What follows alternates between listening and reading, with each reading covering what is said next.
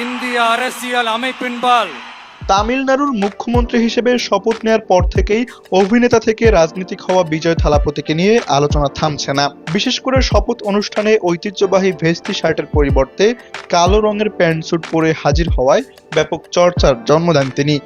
এবার সেই পোশাকের পেছনের কারণ নিজেই ব্যাখ্যা করলেন তামিলনাড়ুর মুখ্যমন্ত্রী। তিরুচিরাপল্লীতে মুখ্যমন্ত্রী হিসেবে সোমবার নিজের প্রথম জনসভায় বক্তব্য দেন বিজয়।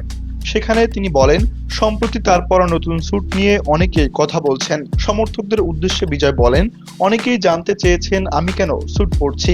কোট স্যুট কি শুধু ক্ষমতাবানদের জন্য? আমরা কি তা পরতে পারি না?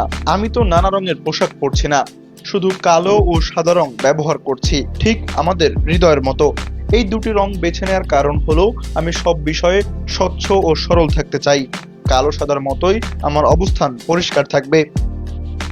বিজয়ের এই বক্তব্যে জনসভায় উপস্থিত সমর্থকদের মধ্যে ব্যাপক উচ্ছ্বাস দেখা যায়। এ সময় তিনি আরো বলেন, আমি দীর্ঘ ব্যাখ্যা দিতে বা অপ্রয়োজনীয় কথা বলতে পছন্দ করি না। সবাই জানেন, বেশিরভাগ সবাই আমি 20 মিনিটের বেশি কথা বলি না।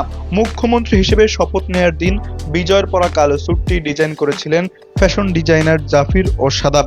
শপথ অনুষ্ঠানের একটি ভিডিও সামাজিক যোগাযোগ মাধ্যমে প্রকাশ করে তারা লিখেছেন, এটি একটি গর্বের ঐতিহাসিক মুহূর্ত। তামিলনাড়ুর রাজনীতিতে দীর্ঘদিন ধরে সাদা শার্ট ও ভেস্তি নেতাদের প্রধান পোশাক হিসেবে পরিচিত।